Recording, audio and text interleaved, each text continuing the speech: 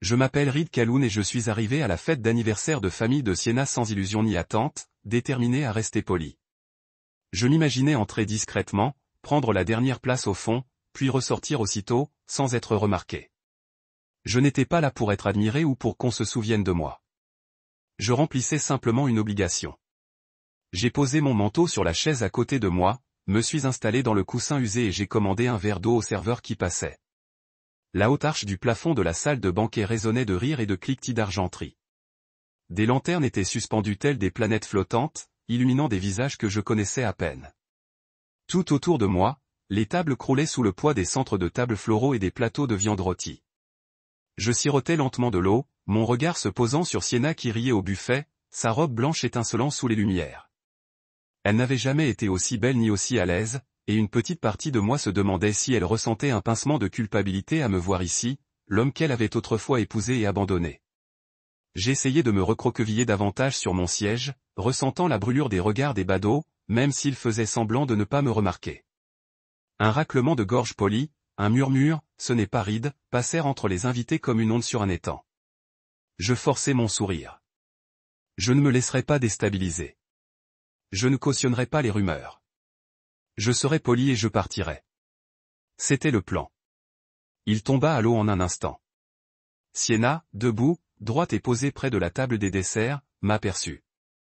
Ses lèvres se courbèrent en un sourire expert, et elle attrapa le docteur du bras de Marcus Hay, levant le menton comme si elle avait découvert un curieux spécimen. Je la regardai traverser la pièce, cette assurance désinvolte masquant une pointe de venin dans son regard. Marcus se tenait à ses côtés tel un garde du corps bien entraîné, son costume de créateur impeccable, la fierté qu'il éprouvait pour ses exploits transparaissant dans son regard. Alors qu'ils approchaient, la voix de Sienna trancha le bavardage, froide et forte. « Regarde-toi. » Toujours à moins que rien, dit-elle, marquant une pause suffisamment longue pour que les mots restent suspendus entre nous. Marcus est médecin. Ma fille vient d'obtenir son diplôme de droit. Que fais-tu donc ces jours-ci? Toujours à remplir des papiers. Toutes les têtes se tournèrent et le silence s'installa. Mon cœur battait fort, mais je refusais de me lever.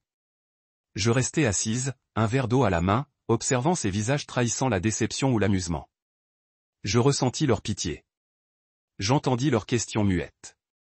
Comment était-il passé du statut de mari à celui de chute? J'inspirai profondément et ouvris la bouche pour parler, pour défendre les nuits blanches et les missions secrètes de ma carrière, pour expliquer le service que je dirigeais, les vies que je protégeais de menaces invisibles. Mais l'instant passa, et les mots moururent sur ma langue.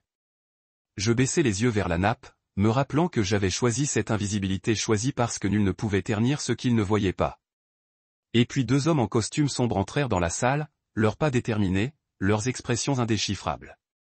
Ils séparèrent les invités tels des navires silencieux fendant l'eau et firent leur entrée. Ils se dirigèrent droit vers moi. Mon sang se glaça. Mon instinct, entraîné, reconnut l'uniformité de leur tenue. Ce n'étaient pas des invités à la fête. L'un d'eux se tenait devant moi et inclina la tête avec une demi-soubre que je n'avais jamais vue que dans les couloirs du gouvernement. « Monsieur, pardonnez-moi cette intrusion, dit-il, les yeux rivés sur moi. Directeur Calhoun, nous avons un code noir. Le président est en sécurité dans la salle de crise. Il attend vos ordres. » Le monde pencha. Je posai mon verre avec tant de précaution que le clapotis de l'eau fut le seul mouvement dans le silence stupéfait. Le sourire narquois de Sienna se transforma en quelque chose de brut et d'incontrôlé. Marcus haussa les sourcils, incrédule. Les invités s'agitèrent, mal à l'aise. Certains reculèrent comme s'ils sentaient l'air devenir dangereux. Je me relevai, tous mes muscles contractés, prêts. C'était le moment qu'ils pensaient ne jamais voir venir. Le moment où ma vie invisible se heurta à leur réalité polie. Je redressai ma veste, époussetai les peluches imaginaires de mon revers de veste et soutins calmement leur regard. La salle était devenue silencieuse, comme si tout s'était arrêté pour observer la suite. Ils virent un homme transformé. Non pas le signe de l'échec qu'ils avaient toujours arboré, mais l'autorité même qui irradiait de sa posture et de sa voix. « Merci », dis-je d'une voix ferme, chaque syllabe portant le poids des briefings classifiés et des protocoles d'urgence. Les officiers s'inclinèrent une fois de plus, puis me guidèrent par une portière latérale jusqu'à un SUV en attente. Le cliquetis des fourches de mes anciens beaux-parents vers la Chine s'estompa derrière moi. Je ne regardai pas en arrière. À cet instant, je cessais d'être Reed Calhoun, l'ex-mari faisant l'idiot lors d'une fête de famille. Je devins le directeur Calhoun, l'homme qui tenait la sécurité de la nation entre ses mains. Je montai dans le véhicule et regardai la salle de banquet se rétrécir derrière les vitres teintées, les lanternes et les rires s'estomper dans ma mémoire. Je ne ressentis ni triomphe ni vengeance. Je ressentis seulement la satisfaction tranquille d'être enfin vu pour qui j'étais. Et tandis que la voiture filait vers la Maison Blanche, passant devant des rues bondées de piétons étonnés, je réalisai que je n'avais jamais été aussi visible et que je ne m'étais jamais senti aussi libre. Je n'aurais jamais cru que le rire me manquerait, jusqu'à ce que je réalise à quel point il pouvait être froid lorsqu'il m'était adressé. Mon mariage avec Sienna m'avait appris que l'humour était une arme, et elle le maniait avec la précision d'un chirurgien. En public, elle plaisantait sur ma carrière terne comme s'il s'agissait d'une charmante anecdote. Reed pousse toujours des journaux, disait-elle en inclinant sa tête parfaitement manucurée. Tandis que sa famille rugissait d'approbation, je devenais la chute de chaque histoire. Le comique d'un drame censé parler de leur brillante réussite. Je me souviens de la première fois où elle s'est moquée de moi devant ses parents. Le soir où elle m'a présenté comme sa consultante en service divers bien-aimé. Mon propre sang s'était étouffé de rire poli. Ma mère m'avait serré la main sous la table, mortifiée, tandis que mon père s'éclaircissait la gorge et tentait de ramener la conversation sur la sécurité et les projets de retraite. Je souris malgré tout, me versant un autre verre, songeant que le monde était peut-être cruel, mais que mon silence l'empêcherait de dégénérer en hostilité ouverte. Au fil des ans, j'ai appris à me fondre dans ce sourire, à laisser la pique glisser sur moi comme l'eau sur un imperméable. Si je faisais semblant de ne pas entendre, peut-être oublierait-il ma présence. Les piques subtiles commencèrent au dîner de répétition du mariage de sa cousine, où Sienna murmura au groupe, pour Reed, l'excitation, c'est de ranger ses classeurs. Et la salle explosa d'approbation. Le lendemain soir, elle me coinça dans notre chambre et me dit, tu sais, il ne le pense pas vraiment, n'est-ce pas? Il s'amuse, c'est tout. J'acquiesçai et lui touchai le bras, cherchant désespérément du réconfort, mais elle haussa les épaules et s'éloigna. C'est à ce moment-là que je compris qu'elle privilégierait toujours l'amusement de sa tribu à ma dignité. Notre mariage s'est transformé en une série de compromis. J'ai accepté de porter des vêtements de créateur quand je rencontrais ses amis. Elle a accepté de rire de mes blagues lors de mes fêtes de bureau. Mais quels que soient mes sacrifices, les projecteurs me frappaient toujours de la manière la plus peu flatteuse. Lorsqu'elle s'est fiancée à Marcus, elle a organisé un brunch d'annonces dans la salle de banquet d'un hôtel et l'a présenté comme le véritable gagnant. Puis, elle a levé son verre de champagne pour porter un toast à mes deux surdoués préférés. L'assemblée a compris le sous-entendu et a levé son verre pour célébrer mes échecs avec ironie.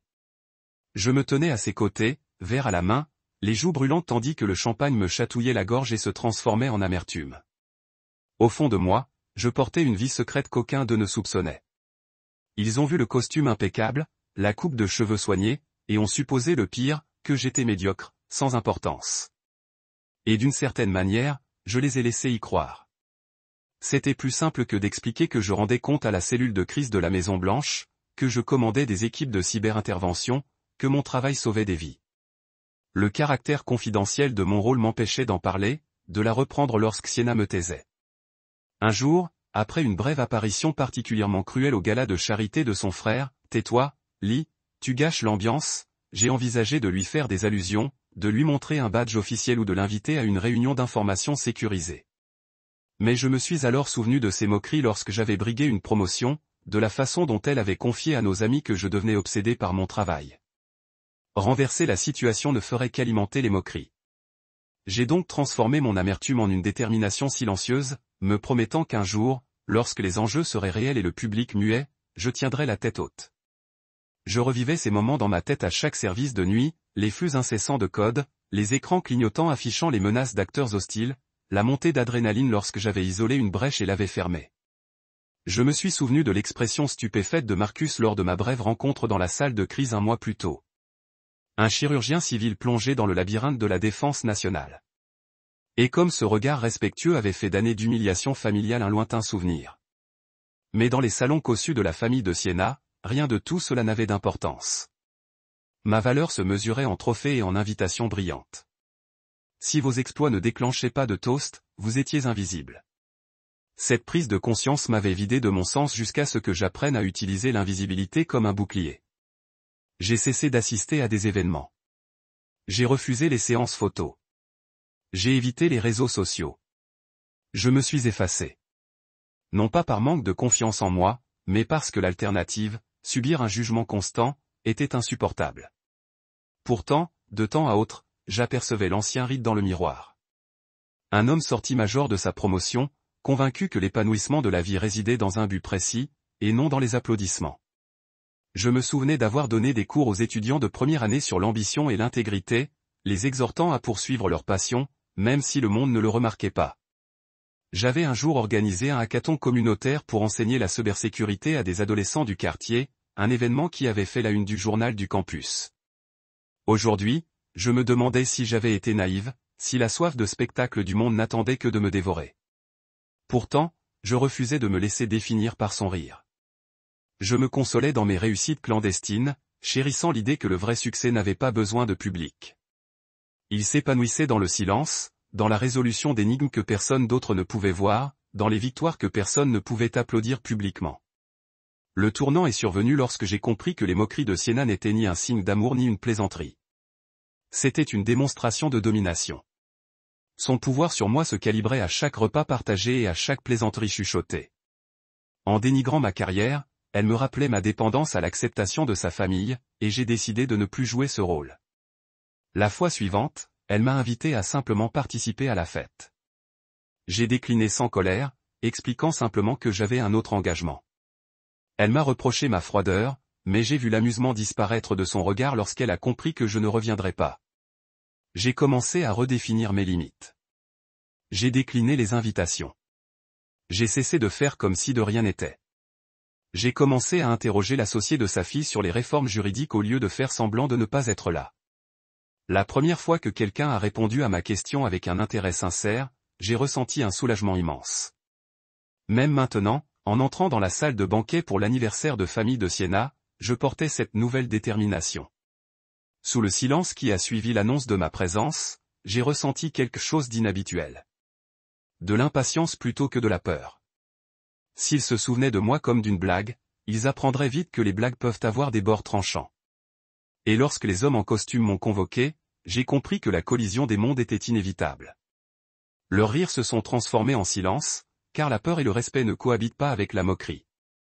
À cet instant, j'ai commencé à comprendre que l'invisibilité pouvait être une arme à part entière. Je n'avais plus besoin de la fragile confirmation de l'approbation de Sienna. J'avais bâti une vie définie par l'intégrité, la direction et un but. Des qualités qui ne pouvaient se résumer à une chute.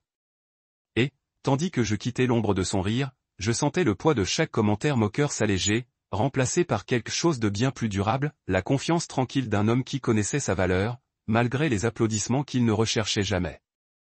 Il ne me demandait jamais ce que je faisais. Pas vraiment. Pour eux, je n'étais rien de plus que l'ex-mari de Sienna, une figure de sympathie polie qui flottait dans leur vie sans substance ni définition. À chaque réunion, quelqu'un se penchait inévitablement et murmurait à son compagnon, « Que fait Reed exactement dans la vie ?» Et la réponse était toujours la même, « Oh, il travaille dans un bureau et gère des documents. » Il n'insistait jamais plus. Cela me convenait parfaitement qu'ils me prennent pour un simple employé saisissant des données dans des tableurs, quelque part dans un bâtiment gouvernemental où il n'entrerait jamais. Parce que mon travail était classifié, dissimulé derrière des niveaux d'habilitation top secret, et que j'étais tenu au secret sur chaque détail, j'aurais pu leur dire que j'étais analyste en cybersécurité. Mais prononcer les mots « cybersécurité » ou « renseignement » les aurait fait fuir vers un jargon qu'ils ne comprenaient pas. Il était plus facile de leur faire croire que j'étais invisible, un fantôme à leur fête. Durant les premières années de notre mariage, j'ai essayé de combler le fossé entre leur monde policé et mon monde obscur. J'ai rédigé un faux CV mentionnant un poste vague de consultant pour une agence du secteur public, espérant que cela pourrait satisfaire la curiosité de la famille de Sienna. J'ai pratiqué la conversation sur les rapports de conformité et les infrastructures numériques lors d'événements de réseautage, hochant la tête d'un air entendu tandis que leur regard devenait vitreux. Ce n'est qu'en assistant à une vente aux enchères caritatives que j'ai réalisé l'ampleur de leur désintérêt. Je me suis penché vers la tante de Sienna, qui inspectait une série de balles de baseball dédicacées, et lui ai discrètement mentionné que je dirigeais une équipe chargée de prévenir l'ingérence électorale en temps réel. Elle a répondu par un haussement d'épaule et un commentaire sur sa gratitude que quelqu'un fasse ce travail. cela m'a fait plus mal que toutes les insultes qu'elle m'avait jamais proférées. À cet instant, j'ai compris qu'il ne voulait rien savoir. Il voulait l'illusion du succès sans le désordre du fond. Alors, j'ai laissé tomber cette hypothèse. Je suis devenu l'homme qui jouait l'invisibilité. Je m'habillais proprement, souriais poliment et gardais le silence. Lorsqu'ils parlaient de leur grande fête, de leur collecte de fonds pour leur succession, de leur remise de diplômes de droit, de leurs internats de médecine, j'applaudissais et souriais. Je me souvenais de chaque date et envoyais des cartes de félicitations. Mais lorsque je suis monté à la tribune de la salle de crise pour informer les chefs d'état-major interarmés d'une brèche dans notre périmètre de défense nationale, il n'y a eu ni applaudissements ni photos Instagram. Seuls des hochements de tête approbateurs dans une salle où l'enjeu était des vies et la sécurité, et non des félicitations sur les réseaux sociaux. Pourtant, ce respect silencieux dans la salle de crise signifiait bien plus qu'une ovation debout lors des banquets organisés par la famille de Siena. C'était réel. Sans filtre, et c'était le mien seul. L'ironie, c'est que je m'épanouissais dans ce monde de confidentialité. J'adorais le casse-tête de traquer les acteurs malveillants, d'écrire du code pour les bloquer aux portes de nos infrastructures critiques.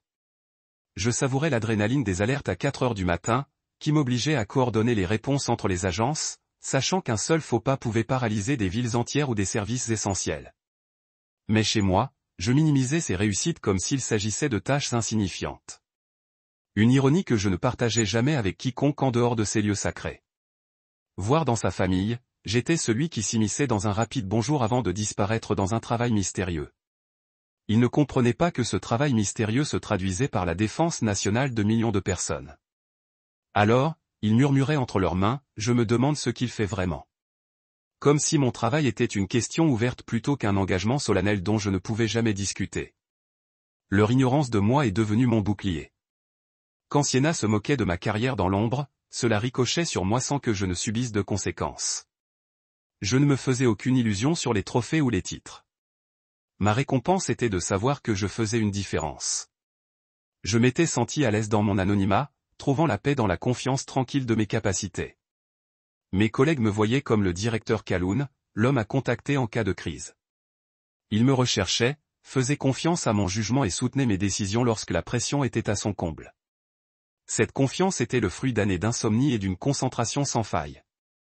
Une valeur bien plus précieuse que la fierté passagère de beaux-parents offrant des félicitations tièdes.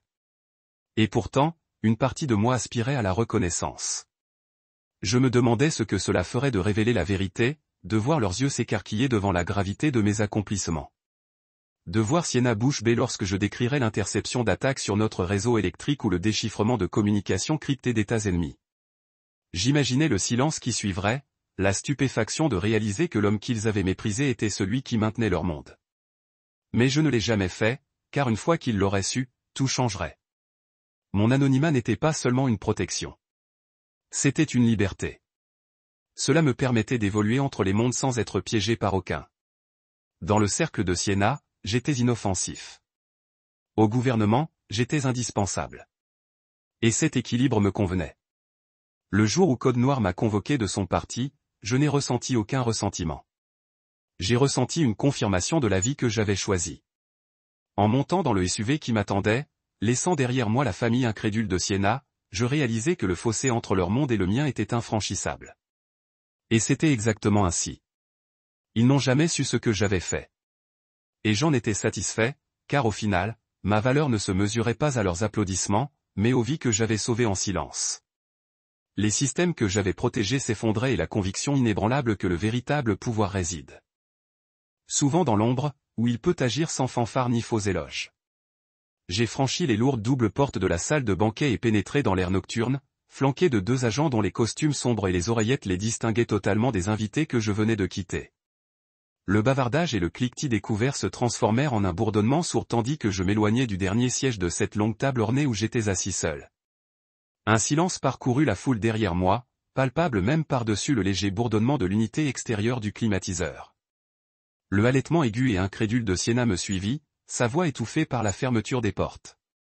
Je ne me retournai pas.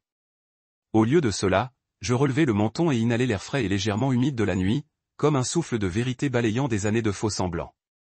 Je sentais tous les regards braqués sur mon dos, 1000 marches me brûlaient la nuque, mais aucune ne perçait l'armure que je m'étais forgée au cours d'innombrables briefings confidentiels. J'avais été invisible si longtemps que me dévoiler me semblait inconcevable. Et pourtant, j'étais là, une bouffée de soulagement qui soulageait des poids que je portais silencieusement depuis des années. Les agents se mirent en formation autour de moi. Des guides vers un monde où mon nom et mon rang comptaient, où je n'étais pas la blague d'une réunion de famille, mais le gestionnaire de crise pour la sécurité nationale. J'ai glissé une main dans ma poche et ai passé mon pouce sur le bord de la carte de directive présidentielle. Je tenais un mince rectangle de plastique plastifié portant ma photo, mon titre et le niveau d'habilitation le plus élevé des États-Unis. Cela me semblait prophétique, comme si le moment m'attendait, et je n'ai pas hésité. Alors que la portière du SUV s'ouvrait en sifflant, je me suis permis un regard par-dessus mon épaule vers les invités toujours pressés contre les vitres. Les yeux de Sienna étaient écarquillés, ses lèvres entr'ouvertes, telle une question à laquelle je n'avais aucune intention de répondre. Marcus flottait derrière elle, la confusion gravée sur son visage comme s'il était arrivé sur scène en plein spectacle, et peinait à se souvenir de son texte. Ils avaient passé des années à afficher leur succès, orchestrant des célébrations pour souligner les succès académiques de sa fille et ses distinctions médicales, tout en traitant mes réussites comme des notes de bas de page. Ils étaient désormais témoins de la réalité, l'homme qu'ils avaient congédié derrière des flûtes de champagne verni était quelqu'un qu'ils ne pouvaient ignorer. Je n'éprouvais aucune satisfaction, seulement la lucidité sereine de quelqu'un qui avait arraché le cocon de l'attente et en était ressorti sans peur. Les agents fermèrent la porte derrière moi, comblant le fossé entre l'hallucination opulente de cette fête et les exigences austères et urgentes de ma vie réelle.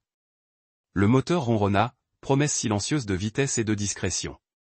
Les phares des voitures qui passaient dansaient sur les vitres teintées, mais à l'intérieur, la lueur des indicateurs du tableau de bord était la seule lumière que je reconnaissais. Je m'installai dans le siège en cuir et lissai ma veste, sentant l'autorité familière s'installer sur mes épaules comme un manteau bien coupé. L'espace d'un instant, je laissai mon esprit vagabonder sur les événements de la soirée. Comment j'avais bercé ce verre d'eau comme une bouée de sauvetage.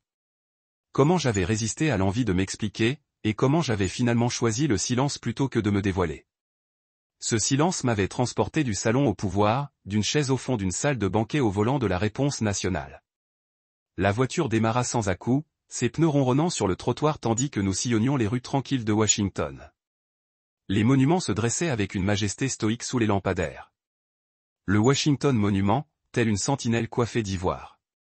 Le Lincoln Memorial, dont les colonnes se détachaient sur l'obscurité, et enfin l'édifice lumineux de la Maison Blanche, sa façade à la fois accueillante et menaçante.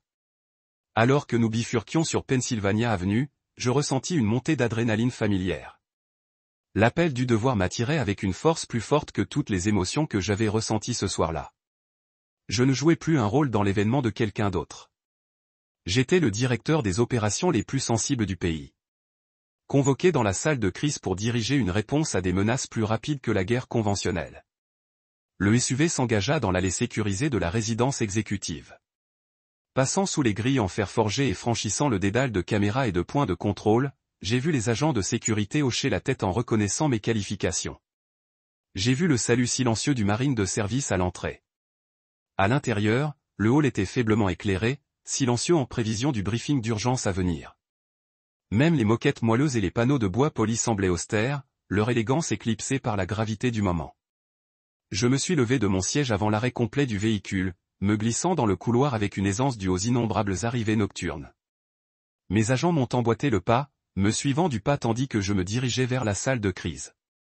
Dans le couloir, j'ai croisé des officiers d'état-major au garde à vous, les yeux rivés sur mon badge, puis détournés avec déférence. Leur posture en disait long, la reconnaissance de ma responsabilité, leur confiance en mon commandement. Je sentais le poids de leur confiance peser sur mes épaules comme les moqueries de Sienna m'avaient autrefois réduit au silence. C'était maintenant un poids différent, sur lequel je m'appuyais avec une confiance inébranlable.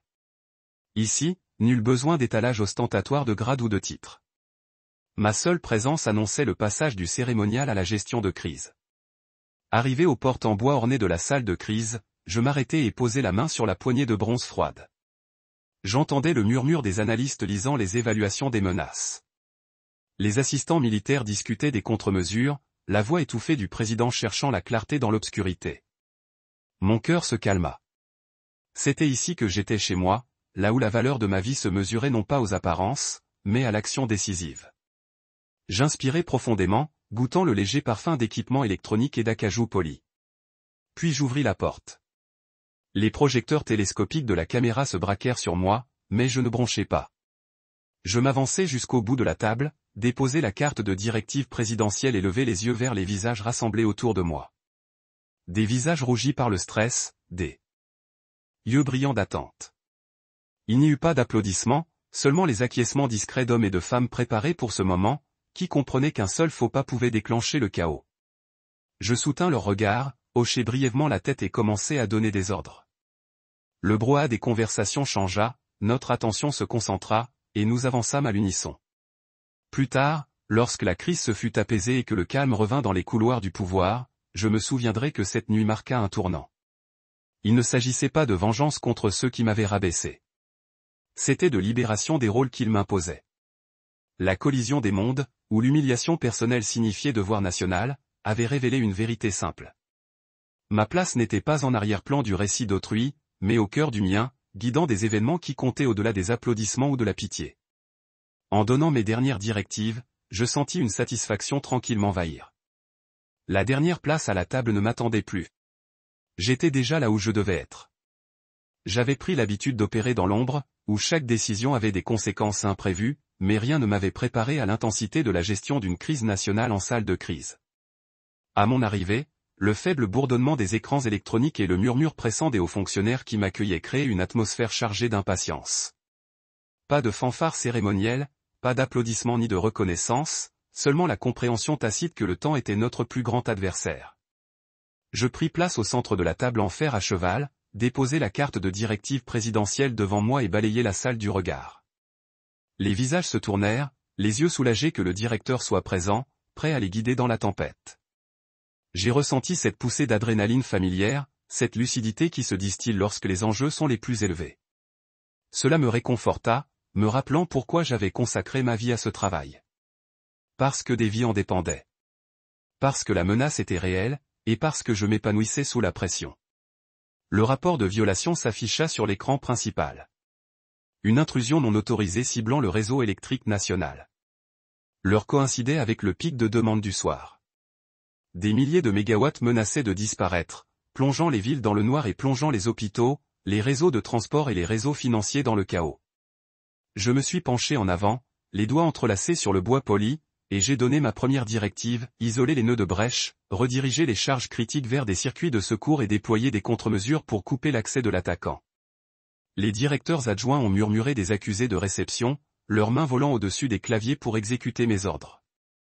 J'ai observé le schéma du réseau se modifier, les lignes passant du rouge au vert tandis que les protocoles de confinement s'activaient. En quelques secondes, la menace immédiate a commencé à s'éloigner, mais je savais que ce n'était que le début. Un agent de liaison militaire s'est raclé la gorge. « Monsieur, des acteurs étrangers ont été identifiés. Ils enquêtent davantage, a-t-il dit. » J'ai hoché la tête, intériorisant la gravité de ses paroles. Il ne s'agissait pas d'un piratage ordinaire perpétré par des criminels opportunistes. Il s'agissait d'une campagne coordonnée menée par une nation ennemie cherchant à saper nos infrastructures et à semer la panique. Le silence est tombé dans la salle de crise. Chaque expert intervenant, anticipant mes directives, j'ai joint les mains et parlé fermement. Informer le président que le confinement est atteint pour l'instant, mais qu'une escalade est probable. Activer les canaux diplomatiques pour émettre une protestation officielle et préparer les équipes cyber à lancer une contre-offensive. Suivez les serveurs de commande, cartographiez les voies d'intrusion et remontez jusqu'à leur source. Ma voix résonnait sur les murs, avec l'autorité calme nécessaire pour calmer mes collègues anxieux. Tandis que les ordres se succédaient dans la salle, je recevais des mises à jour rapides sur l'évolution de la situation. Une deuxième tentative d'intrusion dans une station d'épuration isolée, une campagne de pêche ciblant le personnel critique et un trafic suspect visant les réseaux de sous-traitants de la défense. Chaque nouvelle menace exigeait une hiérarchisation rapide. Je gardais mon sang-froid, classant mentalement les risques par impact potentiel. La contamination de l'eau constituait une crise de santé publique. Une panne des systèmes financiers menaçait d'effondrement économique. Un faux pas pouvait entraîner une panique généralisée. Fort de plusieurs années d'exercice de simulation, j'ai alloué les ressources en conséquence. Des équipes supplémentaires pour le réseau électrique, des unités d'intervention rapide pour sécuriser les installations d'eau et des officiers de liaison pour coordonner les enquêtes de pêche avec le FBI. Tout au long de la crise, je suis resté concentré sur le principe essentiel, contenir, récupérer, riposter. À mi-chemin de la crise, la voix du président a grésillé sur la ligne sécurisée. Grave mais résolu. Il a salué nos progrès et a demandé un point sur la situation. Avec clarté et concision, j'ai résumé le succès du confinement et les efforts d'atténuation en cours, soulignant que, si le réseau était stable, l'adversaire avait démontré ses capacités et ses intentions. Il a accusé réception du rapport et nous a demandé de préparer des messages publics, rassurant les citoyens sur le fait que le risque de panne était minime et sous contrôle. J'ai signalé la situation à l'équipe de communication et, quelques minutes plus tard, un projet de déclaration est apparu à l'écran pour examen. J'ai peaufiné le langage pour équilibrer transparence et assurance, résistant aux appels aux détails alarmistes. Notre objectif était d'informer sans paniquer, de démontrer notre compétence sans révéler nos vulnérabilités. Au fil des heures, la fatigue menaçait d'émousser même les esprits les plus vifs. Je sentais la tension dans mes épaules, la crispation dans ma mâchoire, mais je refusais de céder. Les moments de répit pouvaient attendre la fin de la crise. J'ai encouragé les pauses pour la rotation du personnel dans les stations de surveillance, leur rappelant que notre travail était un relais. Chaque opérateur transmet à la suivante, nous avons donc maintenu la vigilance. J'ai pris des gorgées d'eau, permettant à ma voix de rester stable, mon esprit clair. Parfois, une aide s'appuyait avec de nouvelles données, des modèles de trafic anormaux, des rapports médico-légaux préliminaires, et j'intégrerai les nouvelles informations dans notre stratégie en évolution. À l'aube, après la coordination incessante entre les cyber-experts, les analystes du renseignement et les partenaires d'application de la loi, nous avons atteint le point de basculement. L'accès aux adversaires avait été exprimé, stabiliser les systèmes de sauvegarde et les plans d'urgence activés pour la récupération complète. Lorsque le dégagement final est venu, un silence est tombé dans la salle de situation alors que les équipes échangeaient des regards épuisés mais triomphants. Personne n'a applaudi. Ce n'était pas la langue de cette arène. Au lieu de cela, il y avait une expiration collective. Le pliage des bras sur les coffres et l'échange silencieux de hochements de tête. Je me suis permis à un moment d'absorber la signification. Nous avions protégé des millions de vies, protégé des infrastructures critiques et envoyé un message selon lequel toute menace pour notre patrie serait accueillie par une résolution inébranlable. Pourtant, au milieu du soulagement, mon téléphone bourdonnait constamment sur la table à côté de moi. Message des gens qui avaient une fois ri de mon supposée insignifiance. Leurs textes vont de l'incrédule à la façade. Lire. Je n'en avais aucune idée.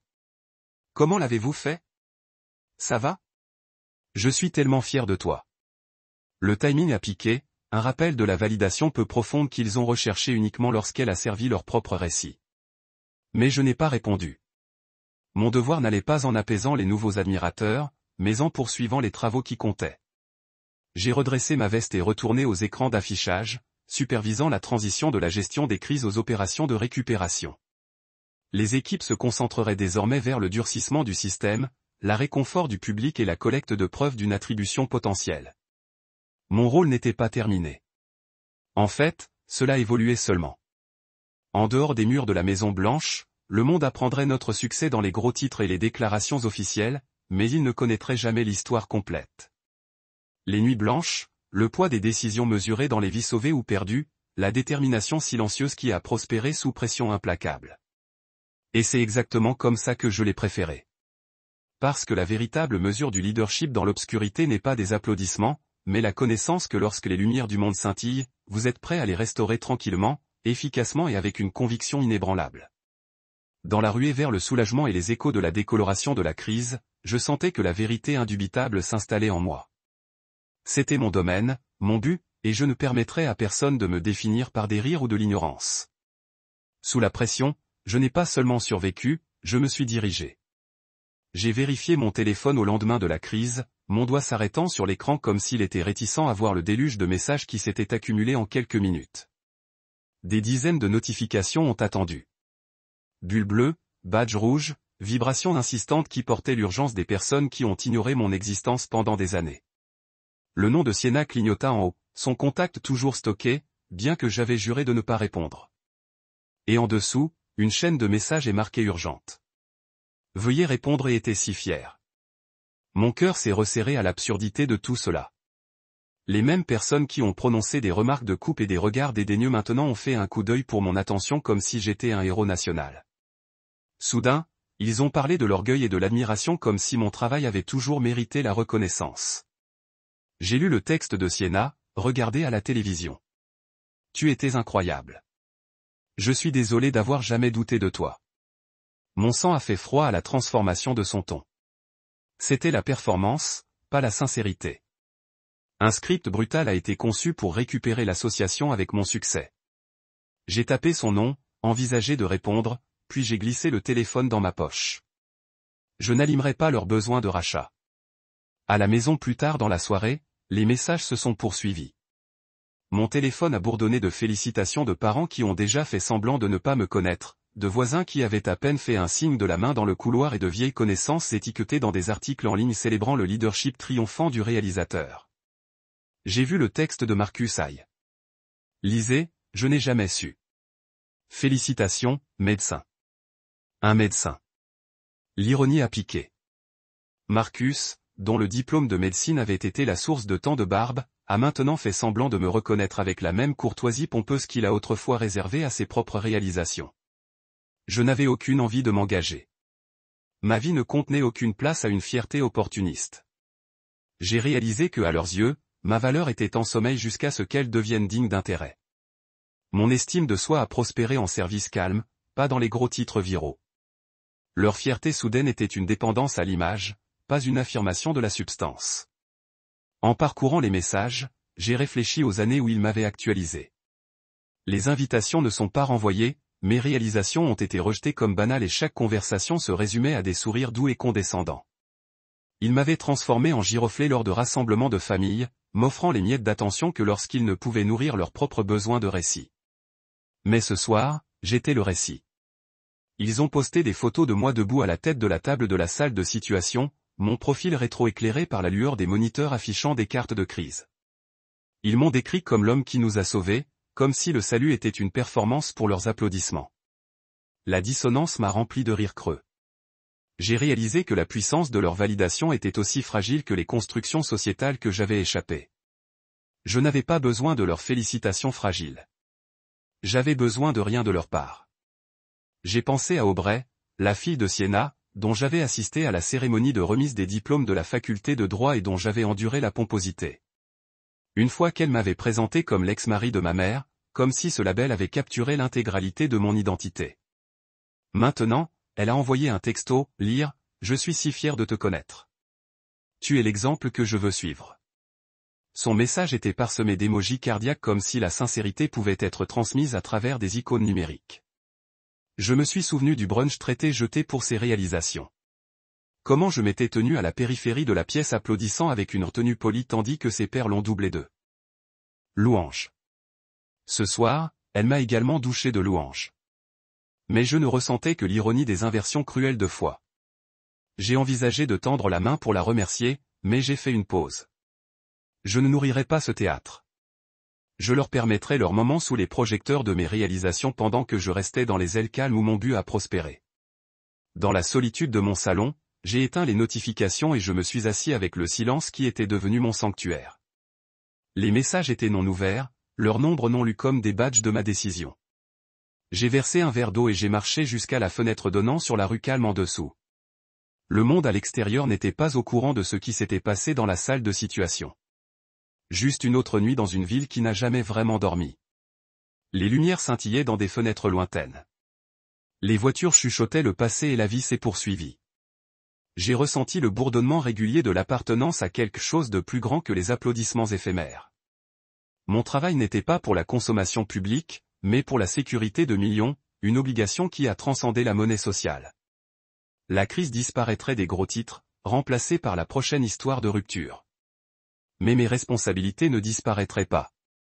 Lorsque les écrans brillent et que l'attention du monde a changé, je restais ferme, prêt pour la prochaine menace. Cette constance était le fondement de ma fierté. Le lendemain matin, j'ai fabriqué une brève déclaration publique reconnaissant les efforts de l'équipe et exprimant sa gratitude pour la confiance du pays. Il était concis, mesuré et dépourvu d'épanouissement personnel. Je n'ai écrit aucune mention de la fierté tardive de ma famille ou de l'admiration soudaine de mon ex-femme. Je n'ai présenté aucune excuse pour le passé, aucune invitation à la réconciliation.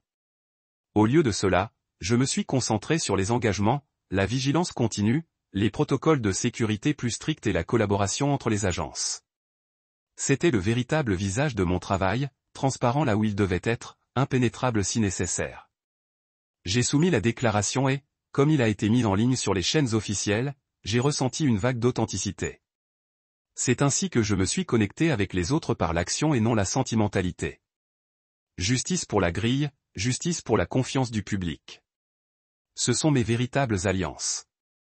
Plus tard dans l'après-midi, j'ai reçu un SMS d'un vieil ami sans lien au cercle de Siena.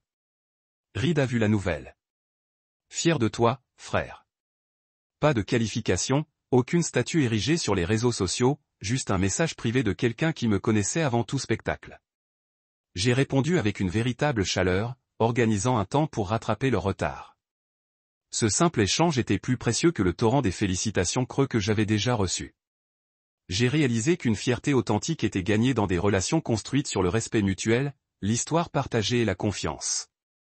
Cela ne dépendait pas du regard du monde, ni ne nécessitait de jetons publics. Avec cela, ami, je pourrais être Reed, pas le réalisateur Calhoun. Et cette distinction comptait plus que tout titre. Le soir, le barrage des messages de la famille de Siena avait diminué des tentatives sporadiques de connexion. Un dernier appel de Siena pour l'appeler, un message d'Aubrey demandant des conseils sur les stages légaux. Je les ai lus tous les deux une fois, puis j'ai tapé des archives. Je n'avais aucune envie de rouvrir les portes qu'ils avaient fermées. Leur fierté était arrivée trop tard, entachée par le calcul de l'autopromotion. Je n'avais plus besoin de leur approbation. Il appartenait à un chapitre que l'un avait fermé. Mon avenir résidait dans les couloirs silencieux du service, dans les victoires non publiciées qui ont maintenu les lumières allumées et l'eau qui coule. Alors que je dépassais mon téléphone et que je me préparais pour les briefings du lendemain, j'ai ressenti une certitude inébranlable. La véritable fierté n'était pas une réaction à la crise. Il a été falsifié dans la poursuite régulière et non légale de son objectif. Et avec cette conviction, je me suis révélé les lumières et j'ai embrassé l'obscurité silencieuse et confiante où j'appartenais vraiment. Je me suis réveillé le lendemain matin au bourdonnement doux de mon téléphone bourdonnant avec insistance sur la table de nuit, un rappel métallique que le monde attendait toujours mon attention.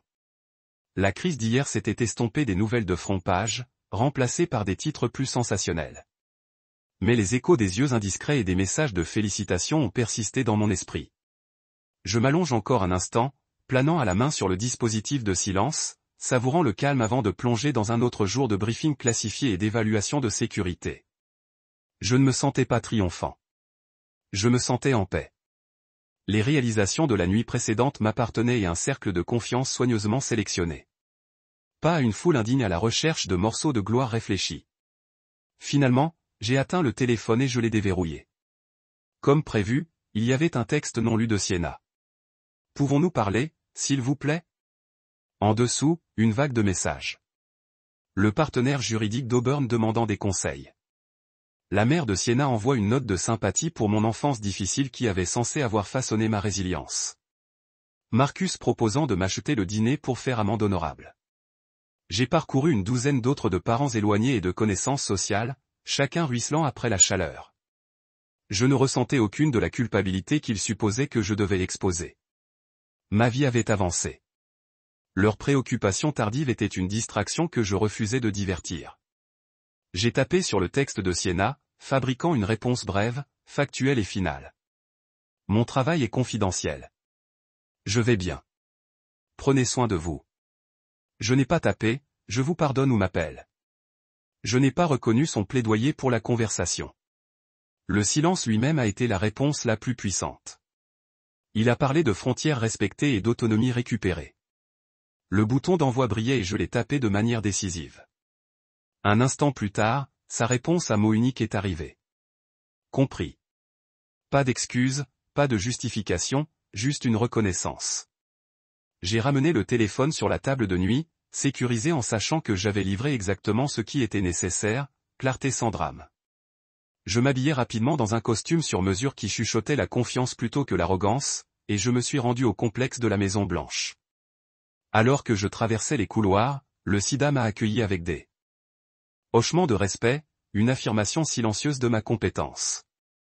Dans la salle de situation, j'ai passé en revue les rapports d'après-action avec mon équipe senior, disséquant tous les détails techniques de l'offensive contre la nuit dernière, en nous assurant que nous n'avons laissé aucune vulnérabilité sans soutenue. La pièce se sentait vivante avec une énergie concentrée, le genre d'atmosphère qui m'a galvanisé plus que les applaudissements. Ici, j'appartenais, non pas en tant qu'invité ou étranger, mais en tant que personne responsable de la trace de notre réponse aux menaces émergentes. Chaque décision soigneusement calibrée avait protégé des millions. Cette connaissance était ma vraie récompense. À midi a apporté l'impact personnel de mon choix pour maintenir le silence. Mon assistant a glissé un dossier à travers la table, une recommandation d'un chef de la communauté qui avait été témoin de mes séances de coaching bénévole pour les jeunes à Trisisk. Il a demandé que nous mettions en lumière ses efforts lors du prochain point de presse pour améliorer les relations publiques. Je me suis arrêté compte tenu de la note. La sensibilisation était importante et le mentorat des jeunes esprits était une responsabilité que je chérissais. Mais j'ai également reconnu le risque de confondre le service authentique avec l'autopromotion. La salle de situation n'était pas une étape et mon rôle était de protéger la nation, de ne pas construire une personnalité publique. J'ai fait une note marginale, continuer le travail volontaire tranquillement, mais refusant la reconnaissance du public. Ma satisfaction ne proviendrait pas des gros titres, mais de savoir que j'avais fait une différence dans la vie d'un jeune.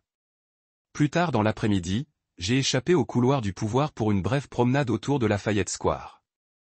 L'air de printemps frais, teinté de fleurs de cerisier florissants, ressemblait à une promesse de renouvellement tacite.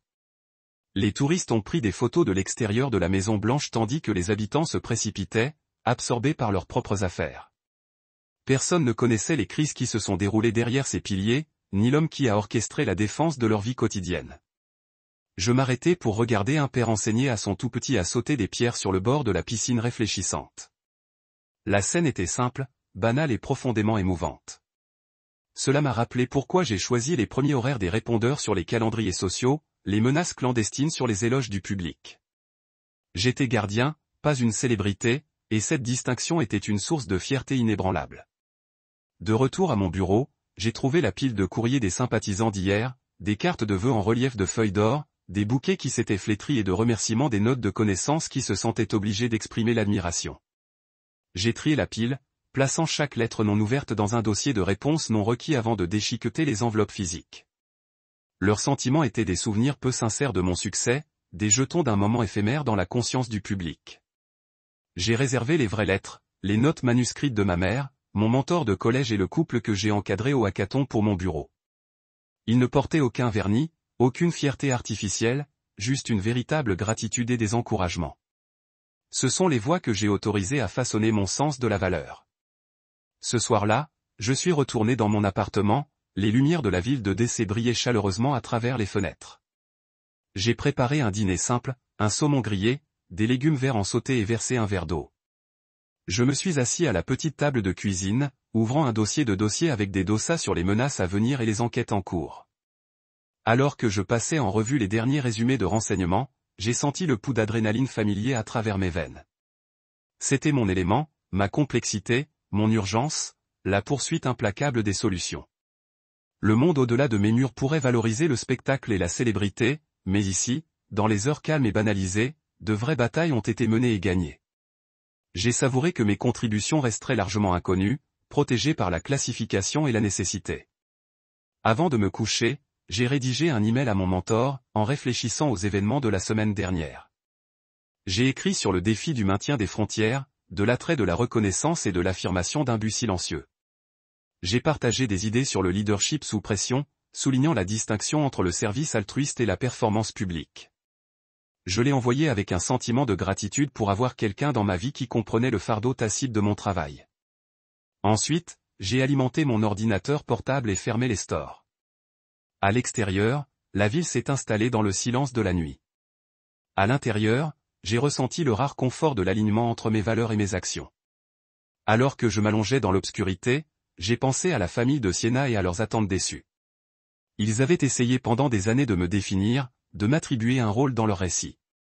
Leurs derniers messages ont été de faibles tentatives pour se réinsérer dans une histoire qu'ils n'ont jamais vraiment compris. Mais je n'étais plus un personnage dans leur jeu. J'étais l'auteur de mes propres chapitres, remplis de substance au-delà des applaudissements. J'ai fermé les yeux, le contenu en sachant que parfois le message le plus résonnant est transmis par l'absence plutôt que par des mots. Je n'avais pas besoin de m'expliquer. Ma vie vivait selon mes propres termes et dédiée à des causes plus profondes que la monnaie sociale, à parler suffisamment fort dans son silence. Et avec cette dernière pensée, je me suis endormi, sans relâche, non entraîné, profondément libre. Dans les semaines qui ont suivi mon départ décisif par rapport à l'orbite de Siena, une curieuse transformation a traversé les personnes qui ont une fois exercé leur privilège de me rabaisser. Cela a commencé subtilement, un email de la mère de Siena offrant un panier de fruits en reconnaissance de mes nombreuses contributions. J'ai regardé l'offre, imaginant les rassemblements extravagants où j'avais été l'invité inaccessionné, puis j'ai supprimé le message sans une deuxième réflexion. S'il croyait qu'un jeton d'excuses comblerait le golfe entre nos mondes, il se trompait cruellement. Leur barbe n'avait plus d'achat. Leurs tentatives maladroites de réconciliation n'ont fait que souligner à quel point leur mépris précédent avait été creux. Ils avaient échangé le pouvoir de me rendre insignifiant pour l'impuissance des gestes contrits, et j'ai savouré l'ironie de leur perte. Siena elle-même a continué à envoyer un SMS, ces messages alternant entre « s'il vous plaît »,« pouvons-nous s'il vous plaît se rencontrer » et des remarques flatteuses. Je n'ai jamais réalisé à quel point vous êtes extraordinaire. Chaque ping sur mon téléphone ressemblait à une cloche qui pénétrait la mort de la dynamique que j'avais endurée. Je n'ai pas répondu. Elle avait passé des années à créer un récit dans lequel j'étais une punchline. Et maintenant, elle voulait réécrire l'histoire. Mais l'histoire, j'en avais compris, appartenait à ceux qui l'ont vécue, pas à ceux qui ont simplement observé la galerie. En restant silencieux, j'ai dépouillé Siena de son illusion finale que j'avais besoin de son approbation pour valider mes réalisations. Elle s'est retrouvée avec des mots vides. Pendant ce temps, les agents et le sida qui m'avaient traité une fois comme un nom sur un calendrier m'ont maintenant accueilli avec un véritable respect. Ils n'ont pas demandé des informations d'identification ou une preuve. Ils savaient qui j'étais et que les connaissances étaient plus puissantes que n'importe quelle approbation de la famille ne pouvait jamais l'être. Les tentatives d'aubrais de sensibilisation étaient également féodales. Le jour où ces excuses sont arrivées, épinglées dans des phrases méticuleusement choisies sur les hypothèses mal placées et les regrets profonds, je me suis retrouvé amusé plutôt qu'offensé. Elle m'avait parade dans ces flux de réseaux sociaux comme une curiosité qui n'est plus digne de montrer. Elle a maintenant exigé mon mentorat sur les stratégies juridiques. À masse d'associer ses réalisations à la mienne, j'ai transmis sa demande à mon assistant avec une note. Pas intéressé. Ce licenciement de Kurt avait plus de poids que toute explication. Il a souligné que j'ai tenu l'agence maintenant. Mon temps et mon expertise n'étaient pas des produits d'alliances opportunistes. Je les réserve pour des causes qui s'alignent sur mes principes, et non pour la rédemption sociale. Même Marcus Hay, dont la supériorité suffisante symbolisait autrefois tout ce qui m'avait manqué, a connu le démêlage de sa domination perçue. Il a laissé une messagerie vocale me félicitant pour mon leadership et demandant subtilement le dîner pour rattraper ses collègues. Quand il a appris que je ne retournerais pas son appel, sa voix vacilla dans les messages suivants. Je respecte vos limites. J'espère qu'un jour vous changerez d'avis. Dans ces moments, j'ai reconnu que la plus grande leçon de Marcus était que la compassion offerte trop tard était indiscernable de l'indifférence. Ces tentatives d'amitié ont sonné creux parce qu'ils étaient plus motivés par l'intérêt personnel qu'une véritable préoccupation. L'équilibre du pouvoir avait changé. Ces demandes se balançaient maintenant devant moi comme des bols mendiants pendant que je détenais le privilège de choix. Leur famille aussi tâtonnait maladroitement. Les invitations sont arrivées pour les rassemblements d'anniversaire et les brunchs de vacances. Liaisons sociales auxquelles j'ai assisté une fois par politesse, seulement pour ressentir la piqûre familière d'être l'étrange. Cette fois, j'ai refusé.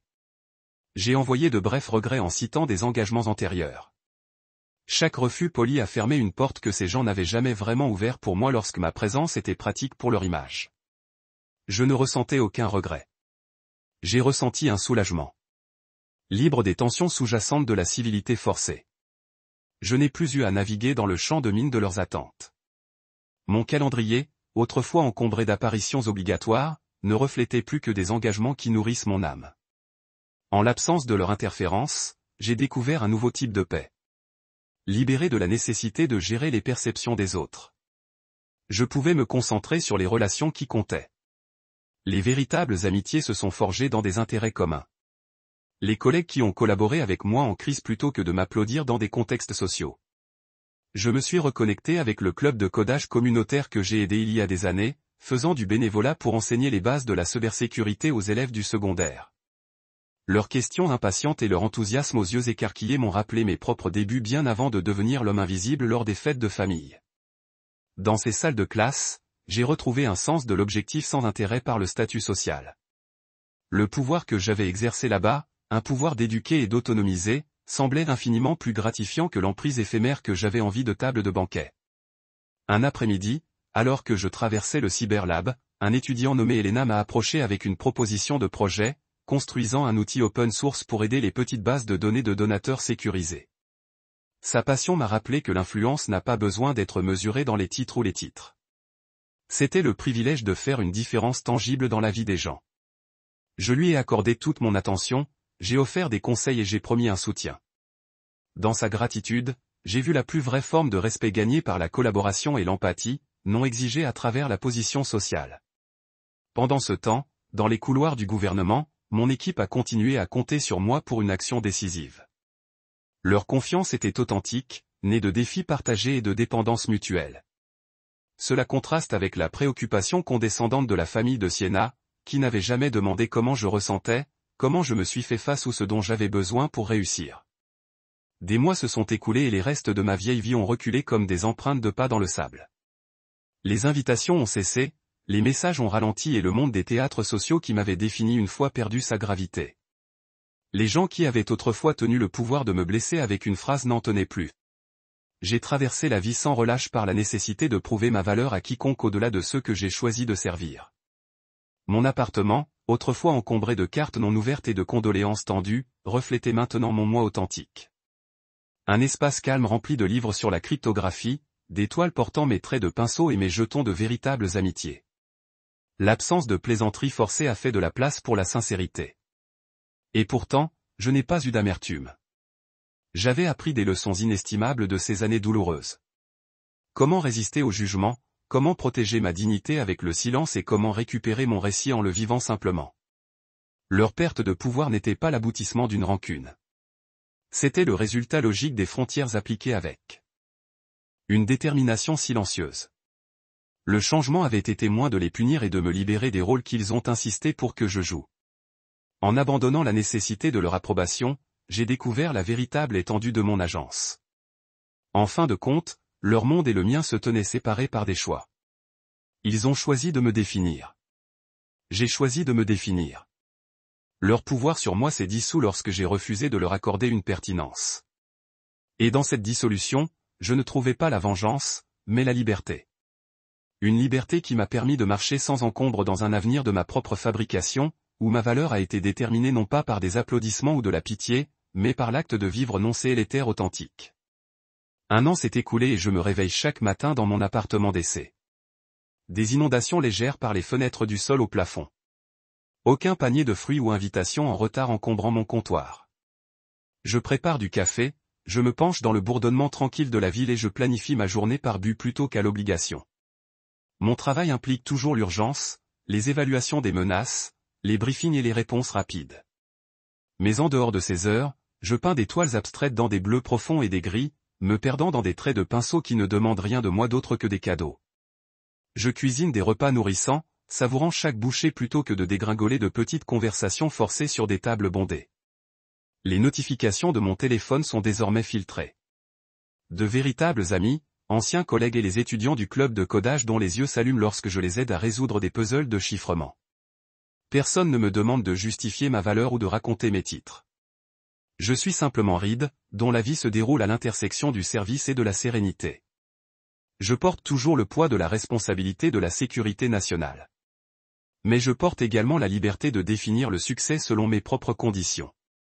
Dans le silence de Down et the Hush après une soirée, j'ai trouvé que la vie que j'ai conçue, enracinée dans l'authenticité et la réussite tranquille, est plus puissante que n'importe quel projecteur.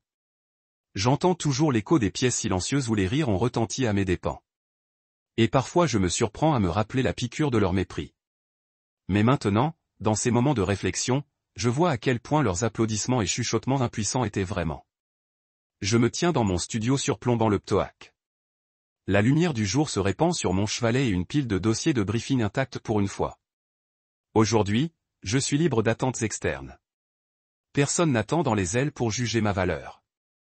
J'entraîne mon pinceau sur une toile vierge, en mélangeant du cobalt et de l'ardoise, et je laisse chaque coup me guider plus profondément dans un but silencieux.